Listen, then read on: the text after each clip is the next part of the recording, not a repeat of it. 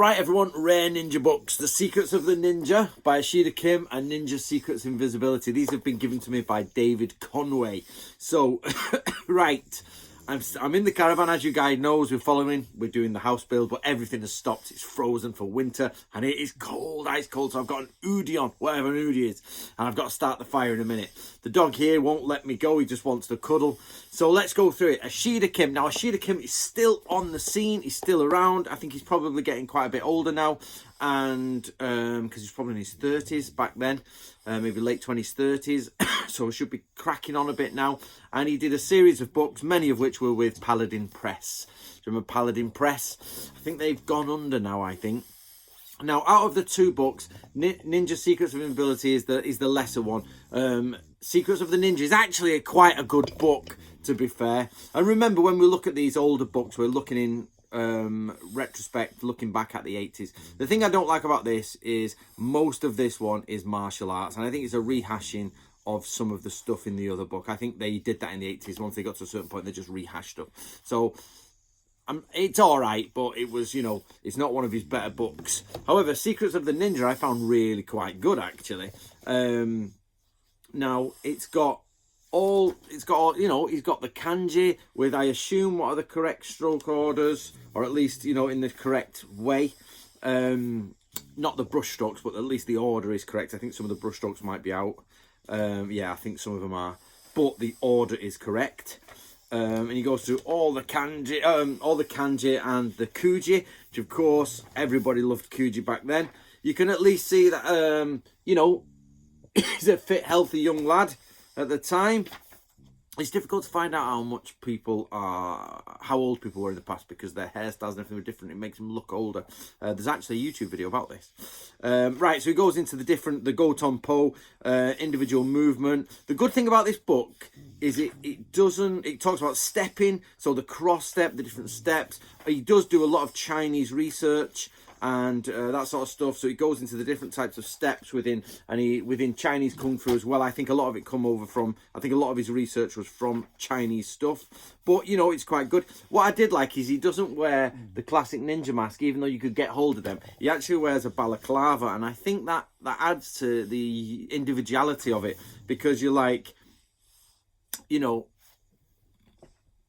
sorry, my computer says I'm low on battery. Adds the individuality of it. He does the grappling hooks and all that sort of stuff. So it isn't full of hand-to-hand combat. And what's quite nice is it does, you know, he talks about single rope techniques and things like that with climbing with ropes. And it does actually talk about sensory removal, which we know is a small part of ninjutsu. But also, this was hiding from windows and doors, which is actually straight out of ninjutsu, which is good. So even back then, and in barrels and in luggage, hiding in barrels, all actual ninjutsu, which was nice. It's refreshing, you know, how to open doors, getting through doors. If this had been done by a Japanese man, I'll tell you this now, if this had been done by a Japanese man who did all the Japanese stuff, and it was in Japan with sliding doors and everything, people would have gone for it. Like, people have been like, yep, that's totally true, I'm with it there. And even if they'd have put, like, you know, attacking people from behind. It does say in the Bansen Shukai you do have to do this, but that's about all it mentions. Taking people down. The only thing I didn't like, it starts going into gun disarms. For some reason in the 1980s everybody loved gun disarms. I'm not sure why. So it then goes, the weakest point of the book is nunchaku. There's no, you know, ninja and nunchaku. Come on, we all know that was just a fad in the 80s. Multiple attackers and all that.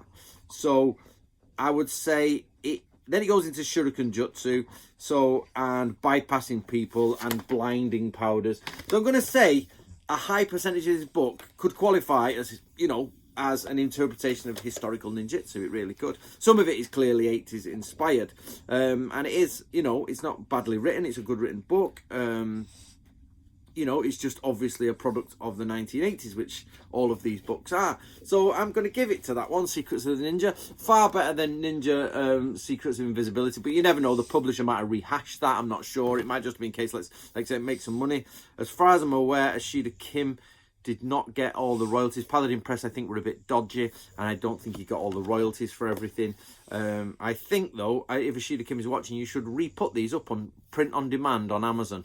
Amazon print on demand, you should do these and put them back up under Ashida Kim, because you've got the copyright for them, or I assume you have, and just do them. Paladin Press is gone, get them back up, and get it sorted. Then people can at least buy them online if they are not already there.